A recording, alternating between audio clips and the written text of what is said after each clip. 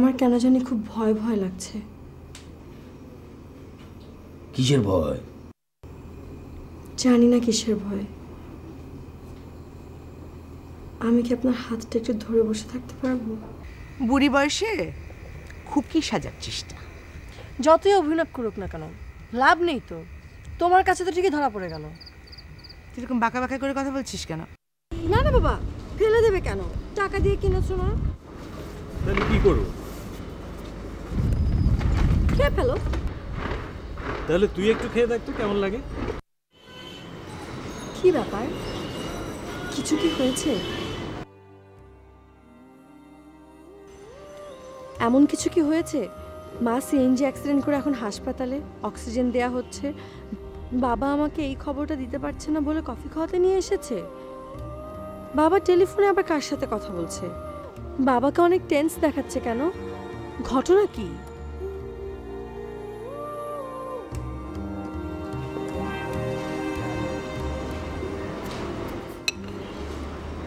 বাবা মোবাইলে কার সঙ্গে কথা বলছে?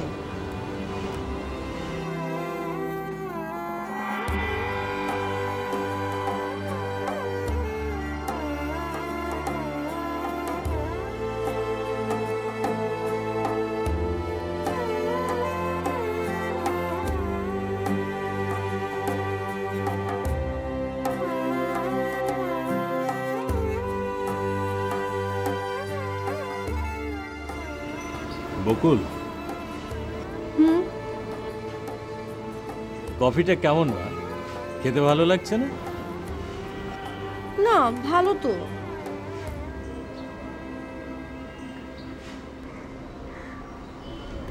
বাবা কি ভাবছো? মারে, আমি একটা ভয়ঙ্কর অন্যায় করে ফেলেছি। মানুষ যখন বড় ধরনের কোনো অন্যায় করে তখন সে বুঝতে পারে না যে সে অন্যায় করছে। বুঝতে পারলে অন্যায়টা সে করতো না। তখন তার কাছে এই অন্যায়টাকে ন্যায় বলে মনে হয়। যখন সে অন্যায়টাকে অন্যায় বলে মনে করে ততক্ষণে অনেক দেরি হয়ে যায়। তুমি কি অন্যায় করেছো বাবা? আমি আমার অফিসের এক কলিগকে বিয়ে করে ফেলেছি। ওর নাম ইসমত আরা। ব্যাপারটা কিভাবে কিভাবে যেন ঘটে গেল। ও, তুমি এতক্ষণ ওনার সাথে ফোনে কথা বলছিলে আর জিজ্ঞেস করছিলে যে আমাকে ঘটনাটা বলবে কিনা। কবে বিয়ে করেছো?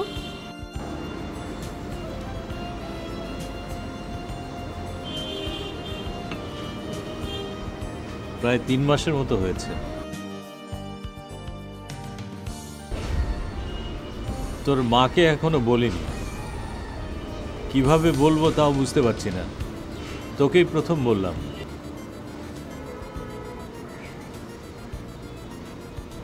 আমি কি মাকে বলবো? না না, তোকে কিছু বলতে হবে না। যা বলার আমি বলবো। কিভাবে বলবো সেটাই ভাবছি এখন। দেখি।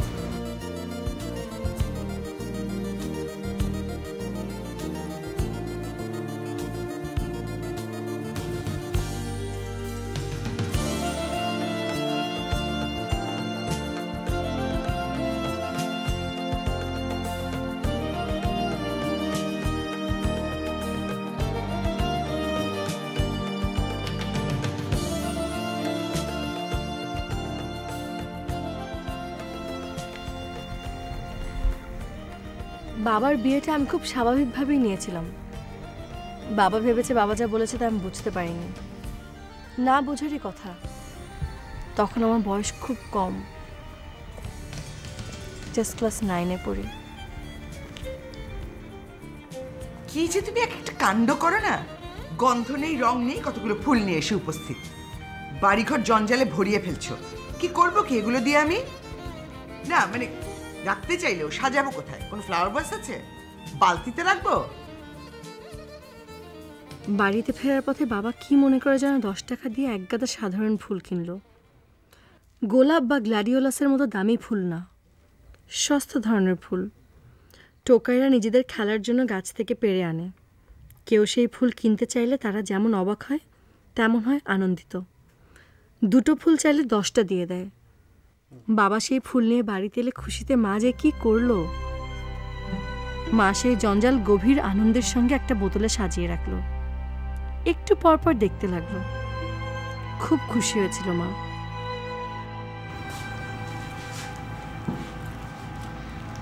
তোর বাবা কি যে সব কাণ্ড করে না, শুধু ভালো ফুল দেখলে আমার জন্য নিয়ে আসবে। আমি মাঝে মাঝে তোর বাবাকে বলি, আমার জন্য তো ফুল আলো কেন? আমি কি দেবী যে ফুল দিয়ে আমাকে অর্চনা করতে হবে? ফুল আনে কেন জানিস তো? ভালোবাসার থেকে। কিন্তু আমি এসবে মোটেই প্রশ্রয় দিই না। ভাব দেখাই যেন খুব রাগ করেছি।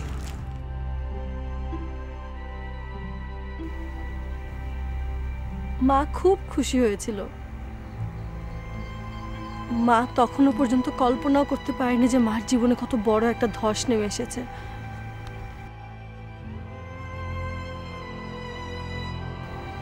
বাবা আরেকটা বিয়ে করেছে। বাদলও দিনের প্রথম কদম ফুল। তার জন্য আর কেউ কোনো দিন আনবে না। এটাই শেষ উপহার।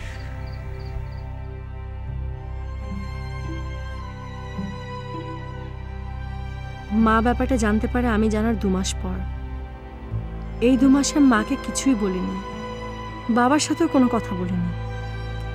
আমি আমার নিজের মনে ক্লাস করেছি, বান্ধবীদের ফোন করেছি, গল্পের বই পড়েছি, ডায়েরি লিখেছি। কে জানে, আমি হয়তো সত্যি খুব অদ্ভুত একটা মেয়ে।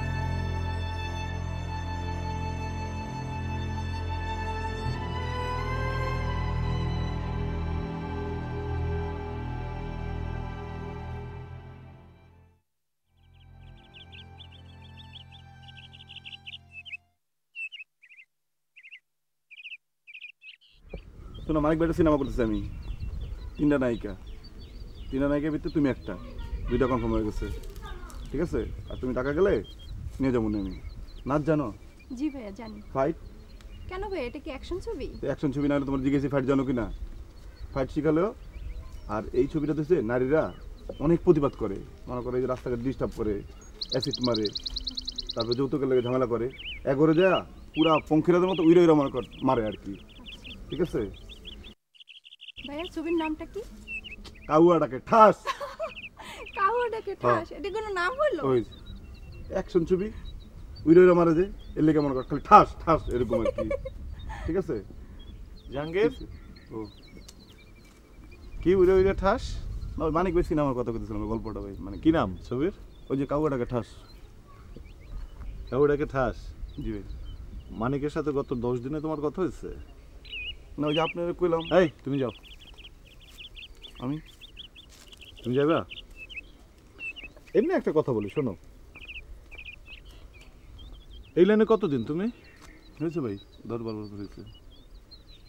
না, আমার ধারণা তুমি মিনিমাম 16-17 বছর, কারণ তুমি অ্যাসিস্ট্যান্টও ছিলে এর আগে, ক্যামেরা অ্যাসিস্ট্যান্ট ছিল না? জি ভাই। তো আমাদের যে ক্যামেরাম্যান তো তুমি। জি ভাই। ডিওপি মানে ডিরেক্টর অফ ফটোগ্রাফি আজিজ ভাই। জি ভাই। কতদিন হয়েছে এই লাইনে আসছে? 3 বছর হয়েছে ভাই। আর তুমি? আমি হয়েছে অনেক দিন। আজিজ ভাই মামা খালু এরা আছে, আত্মীয়-স্বজন, আমার কেউ নাই ভাই। কেউ নাই? না ভাই। আজিজ 3 বছর আইসা এই লাইনে ন্যাশনাল অ্যাওয়ার্ডও পেয়ে গেছে, আর জি। তুমি 17 বছর এই লাইনে এখনো আজিজের আন্ডার তুমি ক্যামেরাম্যান। কি হয়? খালি রোল অ্যাকশন, এই তো। জাহাঙ্গীর, এইসব করে লাভ নাই। নিজেরে ডেভেলপ করো, পরের পিছনে লাগা কোনো লাভ নাই। আর এইসব আড্ডাবাজি করো না, মানুষের স্বপ্ন দেখা না, মিথ্যা কথা বললা, বুঝছো? গত 6 মাসে তুমি একটা ভালো ফিল্ম দেখছো, একটা গল্প পড়ছো, একটা উপন্যাস? না, এই শুটিং অনেক ব্যস্ত থাকি ভাই। তাহলে নিজের ডেভেলপ করবা কিভাবে? শুটিংয়ে ব্যস্ত থাকো, তার মাঝে তো দেখতে হবে। আজিজ জানো তার দেখার ধার, সে কি পরিমাণ দেখে, কি পরিমাণ শোনে। হ্যাঁ, তোমার তো লেখাপড়াও নাই, তুমি পড়াশোনা করতে করতে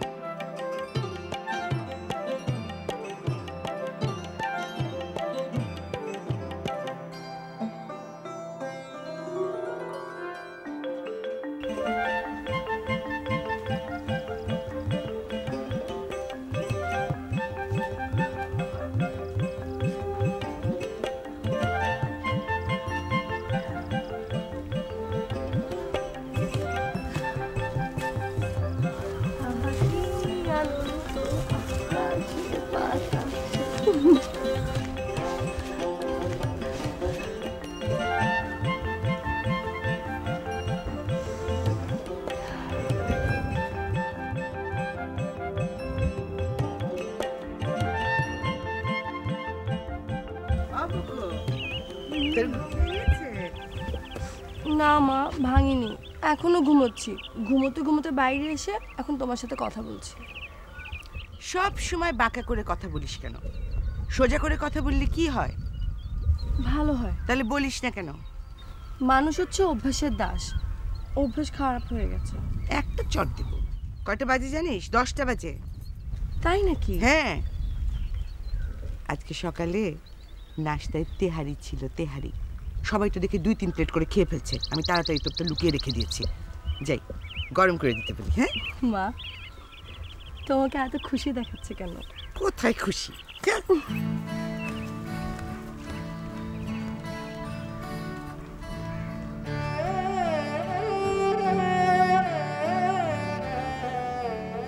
কি হয়েছে? তুমি কাঁদছো কেন? জানি না কেন জানি আমার খুব কান্না পাচ্ছে। আপনি কি আমাকে একটু আদর করে দেবেন প্লিজ? আমার কেন জানি খুব ভয় ভয় লাগছে। কিসের ভয়? জানি না কিসের ভয়। আমি কি আপনার হাতটা একটু ধরে বসে থাকতে পারবো?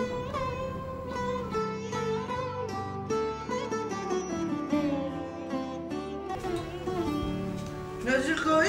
নজরুল, এই নজরুল। হ্যাঁ ভাই। দেখ তো আপাই কি চায়। কি লাগবে বাবা? নাস্তা দাও। আবারও? বেয়াদব, আবারও কি? আমার মেয়ে নাস্তা দেবে না? যত সব ফাজিলের গোষ্ঠী হয়েছে একসাথে এখানে। ও ভুল হয়ে গেছে আপা, মাফ করে দেন। আমি তো ভাবছি 3 প্লেট খেতে দেন, আরো খাবেন। যাও খাবার নিয়ে আসো, গরম করে আনবা। আচ্ছা। ফাজিলের ফাজিল সব। নায়ক নায়িকাদের ঘরে তো ঠিকই খাবার নিয়ে যাও। আমার মেয়ে না হয় ছোট, কিন্তু এই ছবির নায়িকা তো। তার খাওয়া দাওয়ার ব্যাপারে তো কারো কোনো খেয়াল নাই। ফাজিলেরা কি তাড়াতাড়ি করো।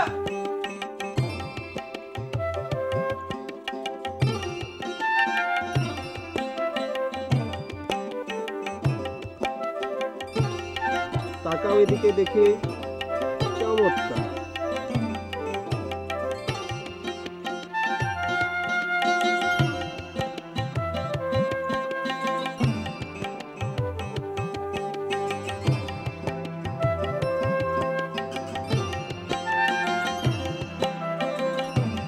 পারফেক্ট, হ্যাঁ পারফেক্ট। নতুন এসেছো? এর আগে অভিনয় করেছো? করেছি অল্প। অল্প করেছো। অভিনয়টা আসলে কি জানো? অভিনয়টা হচ্ছে ইমোশনের প্রকাশ, অর্থাৎ তুমি যা ফিল করছো সেটা প্রকাশ করা। এর বাইরেও এক প্রকার অভিনয় আছে, সেটা হচ্ছে টেকনিক্যাল অ্যাক্টিং। টেকনিক্যাল অ্যাক্টিং হচ্ছে মানে ধরো লাইট ক্যামেরা নিয়ে যে অ্যাক্টিংটা, এই ক্যামেরার ল্যাঙ্গুয়েজটা যে ভালো বোঝে সে সবচেয়ে ভালো অ্যাক্টিং করতে পারে। আর ক্যামেরার ল্যাঙ্গুয়েজটা ভালো বুঝতে হলে যিনি ক্যামেরার ল্যাঙ্গুয়েজটা তৈরি করেন তাকে বুঝতে হবে, বুঝেছো? আর ক্যামেরার ল্যাঙ্গুয়েজটা হচ্ছে ইজি হয়ে বসো, কোনো সমস্যা নেই। ক্যামেরার ল্যাঙ্গুয়েজটা হচ্ছে অনেক সুন্দর, তোমাকে সবচেয়ে সুন্দর করে সবার সামনে উপস্থাপন করবে। তোর ইন্ডাস্ট্রিতে কত লোকই তো আসে অভিনেতা অভিনেত্রী হতে চায়, সবাই কি পারে? কারণ তারা এই ল্যাঙ্গুয়েজগুলি বোঝে না। ডিরেক্টর তো আর তোমাকে বলে দেবে না যে এই অ্যাঙ্গেলে তোমাকে অনেক সুন্দর দেখাচ্ছে। এটা হচ্ছে তার কাজ, যিনি এই ল্যাঙ্গুয়েজটা স্কেচ করেন।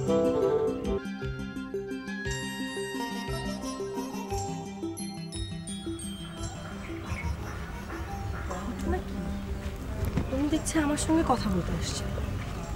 আচ্ছা, মেয়েদের সাথে কথা বলে নিয়ে তোমার আগ্রহ? আমি খুব কম সময় ওনাকে ছেলেদের সঙ্গে কথা বলতে দেখেছি। সবসময় মেয়েদের আশেপাশে ঘুরঘুর করে আর গুটগুট করে গল্প করে। কেমন আছেন আম্মাজান? জি চাচা, ভালো আছি। আপনি কেমন আছেন? জি আল্লাহর রহমতে ভালো আছি। আপনি তো দেখছি একেবারে সিনেমার লোক হয়ে গেছেন।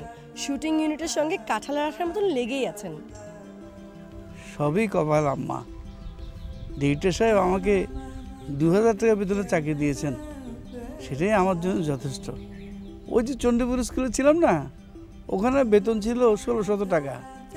মাসের শেষে হাতে পেতাম 800 থেকে 100 টাকা, কোনো কোনো মাসে পেতামই না। তাহলে তো আপনার জন্য অনেক ভালোই হলো। শিক্ষকতার লাইন ছেড়ে আপনি এখন সিনেমার লাইনে চলে এলেন। জি আম্মা, সৎভাবে সৎ নিয়তে সব কাজ করা যায়। তিনি কোনো অমনোযোগিতা পছন্দ করেন না। আমিও শিক্ষকতা করার সময় অমনোযোগী ছাত্র পছন্দ করতাম না। তা অবশ্য ঠিক। তা চাচা, আপনার কাজটা কি? আমার কাজটা কি সেই ব্যাপারে স্যারের সঙ্গে আলাপ করতে এসেছি, কিন্তু শুনেছি স্যারের নাকি জ্বর এসছে। কাল রাতে যে ভিজেছে, জ্বর তো আসতেই পারে। আম্মা, আপনার জ্বর আসেনি তো? জি না, আমার তবিয়ত ঠিক আছে আলহামদুলিল্লাহ। আপনাকে একটু কফি দিই? জি না চাচা। তাই দেখি স্যারের জ্বরের কদ্দূর হলো।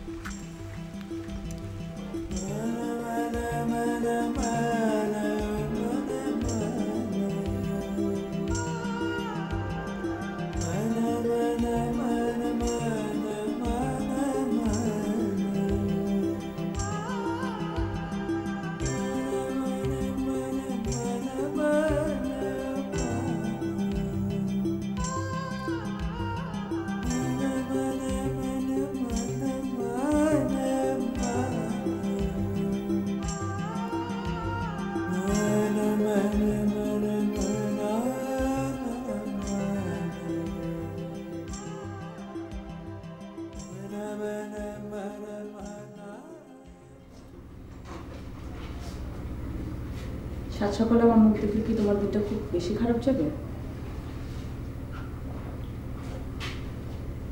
মানে তোমার ঘুম যে আগে ভেঙেছে সেটা আমি টের পেয়েছি। তাহলে ঘুমের ভান করে শুয়ে আছো কেন? নাকি ভয় পাচ্ছ? আমার শরীরটা অনেক খারাপ নীরা। শরীরের আর কি দোষ বলো? তার তো একটা সহ্য ক্ষমতা আছে। শরীর নিয়ে বেশি বাড়াবাড়ি করলে সে তো প্রতিক্রিয়া দেখাবেই। তো কি হয়েছে শরীরের? মনে হচ্ছে জ্বর এসেছে।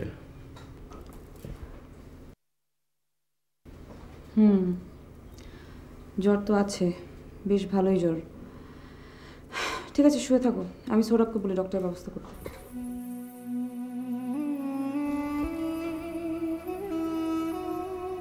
আচ্ছা, ডাক্তারকেই পাঠাবো তো, নাকি অন্য কাউকে পাঠালে আরো ভালো হয়?